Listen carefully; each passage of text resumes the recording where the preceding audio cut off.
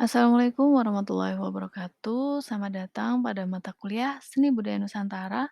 Di sini saya akan menerangkan materi mengenai simbol ya, semiotika budaya Nusantara dalam ornamen dan ragam hias.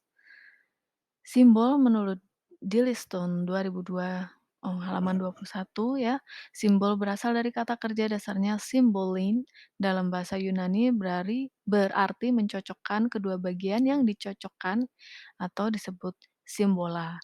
Sebuah simbol pada mulanya adalah sebuah benda, sebuah tanda, atau sebuah kata yang digunakan untuk saling mengenali dan dengan arti yang sudah dipahami ya. Menurut Loren Bagus 1966, arti simbol sebagai hal yang sering terbatas pada tanda konvensional, yakni sesuatu yang dibangun oleh masyarakat atau individu-individu dengan arti tertentu dengan standar yang disepakati atau dipakai anggota masyarakat itu. Nah, semiotika itu ada 2 ya. Jadi maksud saya semiotika itu sejarahnya ditemukan oleh 2 tokoh ini, yakni Charles Sanders Peirce dan Ferdinand de Saussure. Nah, Charles Sanders Peirce itu berasal dari American, dia seorang philosopher yang hidup pada tahun 1939 hingga 1914 ya, yang terkenal yakni rangkaian hubungan semiosis antara interpretan, objek, dan sign atau representment. Nah, jadi sains sendiri itu terdiri dari simbol, ikon, dan indeks. Nah, untuk Ferdinand de Saussure, dia, berasal dari Swiss, ya, seorang linguis yang hidup pada tahun 1857 hingga 1913, gitu ya. Sehingga ini, sebenarnya hidup pada masa yang sama, tahun yang hampir bersamaan, seperti itu. Nah, pengertian atau, teori yang terkenal dari Ferdinand de Saussure berkisar pada dikotomi tertentu, yakni Lengui dan Perol ya. Jadi sintakmatik dan paradigmatik lebih dikenal dengan, analisisnya menggunakan petanda atau signifier dan penanda atau signifier dan petanda atau signified ya. Jadi untuk yang Bapak Charles Sanders Peirce itu, icon, simbol, dan indeks bisa artikan ikon itu biasanya serupa, lalu simbol itu merupakan kesepakatan dan indeks merupakan sebab akibat ya. Untuk Pak Ferdinand de Saussure, petanda atau signified itu bentuk ya, lalu penanda atau signifier itu adalah, makna, seperti itu. Sedikit contoh, jadi yang mana yang ikon, simbol, dan indeks ya. Jadi bisa dilihat di sini, ikon digambarkan oleh, 2 sosok itu ya, laki-laki, perempuan ya, terlihat bentuknya. Bedanya mungkin yang perempuan itu ada di roknya segitiga seperti itu ya, jadi dengan mudah dipahami begitu. Lalu untuk simbol sendiri merupakan kesepakatan pada satu wilayah begitu ya. Jadi itu digambarkan oleh gambar yang paling bawah sendiri ya, ada bulat lalu panah dan bulat lalu ada tambah apa, tanda plus begitu ya. Jadi, untuk suatu apa, wilayah tertentu itu paham begitu ya, kesepakatan begitu. Disepakati bahwa, simbol-simbol ini merupakan, perwujudan dari, mewakili pria dan wanita, di mana pria itu ditunjukkan oleh bulat dan panah, sedangkan wanita ditunjukkan oleh bulat dan tanda plus, seperti itu. Lalu untuk indeks sendiri, itu bisa diwakili oleh sepatu seperti itu ya. Jadi terlihat perbedaannya kalau cowok itu biasanya heels-nya itu lebih pendek begitu ya, lalu terlihat bulky, bentuknya seperti itu. Untuk wanita itu memiliki yang lebih tinggi begitu ya, terlihatlah pokoknya apa, sebab akibatnya dari apa, suatu benda itu. Nah, semiotika dalam kebudayaan. Menurut Danesi Peron 1999, kebudayaan ditinjau dari semiotik ya, adalah interconnection system of daily living that is held together by the signifiant order ya, atau sign code text. Atau diartikan dengan sistem interkoneksi ya, yang dalam kehidupan sehari-hari yang disatukan oleh tatanan makna yang berisi simbol, lalu kode ataupun tulisan. Nah, menurut Gani Nur Pramudyo 2021, semiotik melihat kebudayaan atau gejala budaya sebagai sistem tanda yang oleh masyarakatnya diberi makna sesuai dengan konvensi yang berlaku. Untuk ragam hias dan ornamen ya. Jadi ragam hias dan ornamen merupakan bagian dari karya arsitektur tradisional Nusantara yang berkembang seiring dengan perkembangan karya rupa seni ragam hias atau Austronesia yang menjadi bagian dari kebudayaan Nusantara.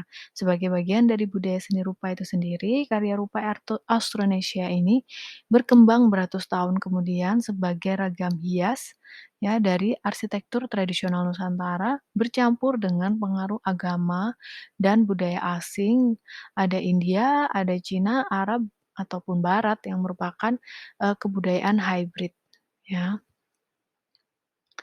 Lalu ornamen dan ragam hias dalam semiotika. Karya rupa dari kebudayaan dan merupakan bahasa rupa yang dapat diamati sebagai sistem tanda yang punya fungsi dan makna. Jadi mengurai fungsi tanda-tanda dan relasi-relasi antar tanda yang terjadi dalam sistem tanda karya rupa, ya. Bertujuan untuk mengapresiasi dan melestarikan tradisi karya rupa tradisional Nusantara sebagai bahasa rupa pembawa makna adat.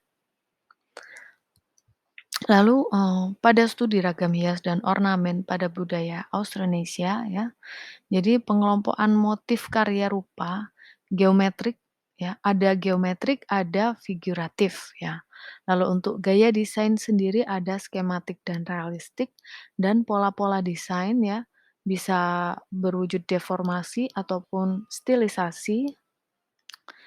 Lalu interpretasi dari pola dan motif ragam hias tersebut terkait dengan masa kebudayaannya, serta diantaranya juga membahas kesamaan pola dan motif antar artefak, termasuk juga studi tentang teknik pembuatan.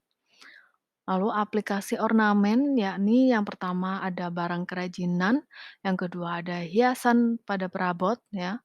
Ada juga yang ketiga yakni hiasan pada bangunan atau arsitektur. Nah, ini sedikit aja ada ragam hias ukir Dayak. Ya, jadi seni ukir Dayak itu membutuhkan kayu ulin yang langka sebagai bahan bakunya. Karena itu hasil karya ini itu bisa dibilang mahal.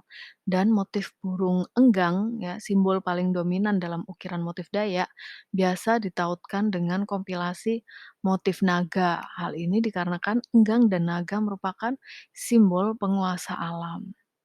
Lalu ada juga ragam hias ukir dari Asmat gitu ya. Jadi orang Asmat percaya benda merupakan kerajinan ukiran adalah, media penghubung antar kehidupan di dunia ini dengan kehidupan di dunia arwah, terutama dengan nenek moyang mereka. Nah, sedikit mengenai ragam hias ukir Jawa, Bali ya, menurut Supratno BA 2004, umumnya menggunakan teknik stilasi dari tumbuhan, lalu binatang dan manusia. Nah, nama motif ukiran tradisional ada hubungannya dengan nama kerajaan yang pernah berkuasa di daerah itu. Jadi ada motif Pajajaran, ada motif Mataram, ada motif Majapahit dan motif Bali gitu ya. Bisa dilihat perbedaannya seperti gambar di samping ini. Untuk itu lalu berkembang menjadi bersifat kedaerahan gitu ya, dari kerajaan tadi lalu berkembang di daerahnya masing-masing. Jadi ada motif Jepara, ada motif Madura, ada juga motif Cirebon, motif Yogyakarta, motif Pekalongan, dan motif Semarang gitu ya.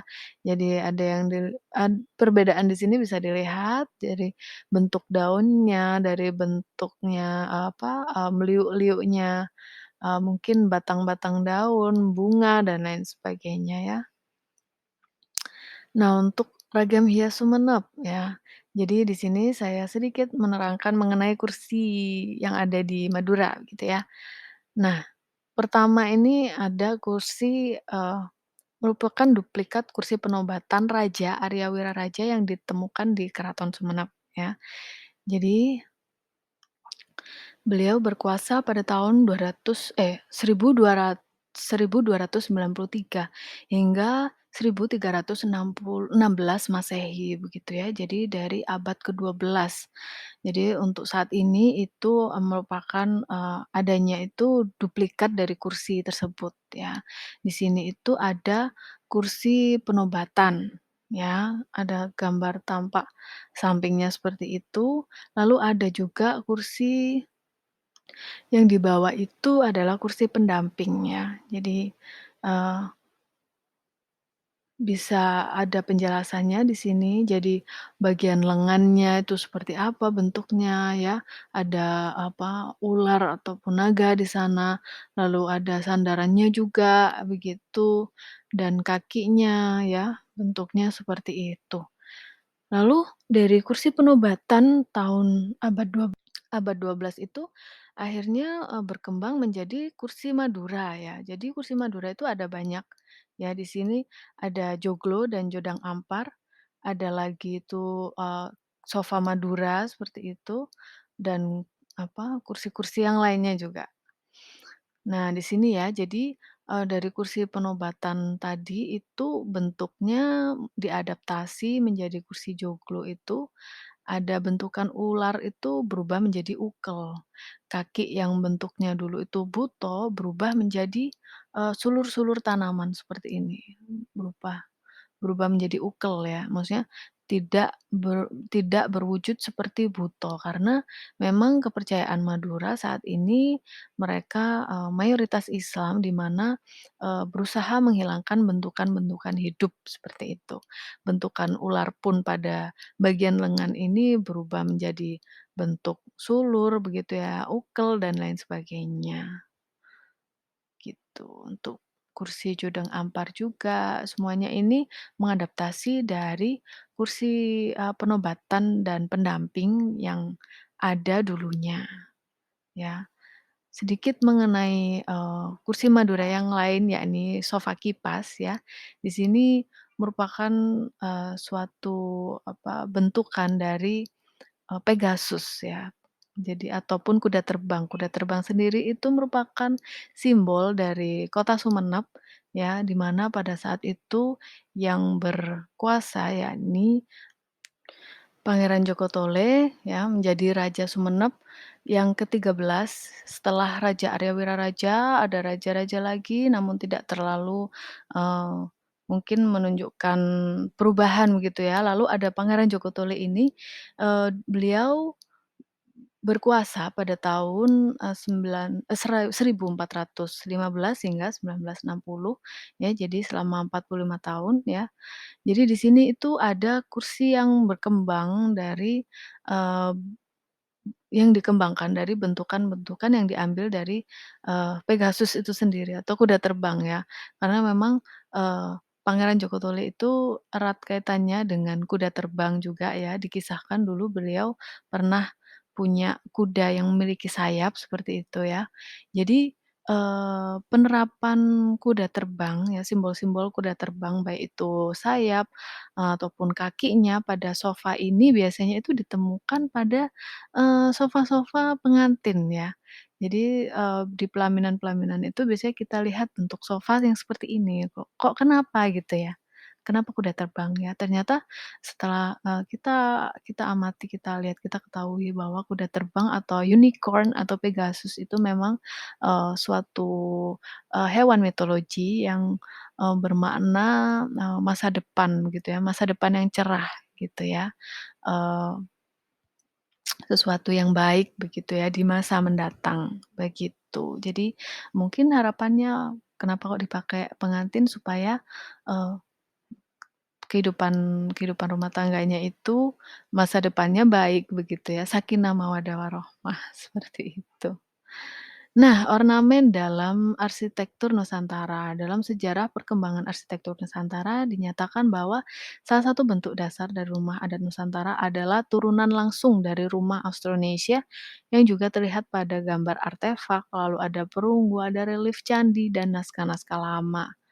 ya, lalu ornamen dan ragam hias pada arsitektur tradisional Nusantara, itu secara garis besar dapat dikelompokkan menjadi beberapa kelompok motif, yaitu motif geometrik atau bentuk-bentuk dasar dan tumbuhan, dan motif figuratif seperti mimesis hewan dan mimesis manusia. Jadi mimesis itu, mmm, apa itu namanya, mewakili gitu ya bentuk simbol-simbol, hewan ataupun manusia yang menyerupai seperti itu meskipun tidak, eee, bentuknya tidak, sempurna begitu ya, tidak realistis.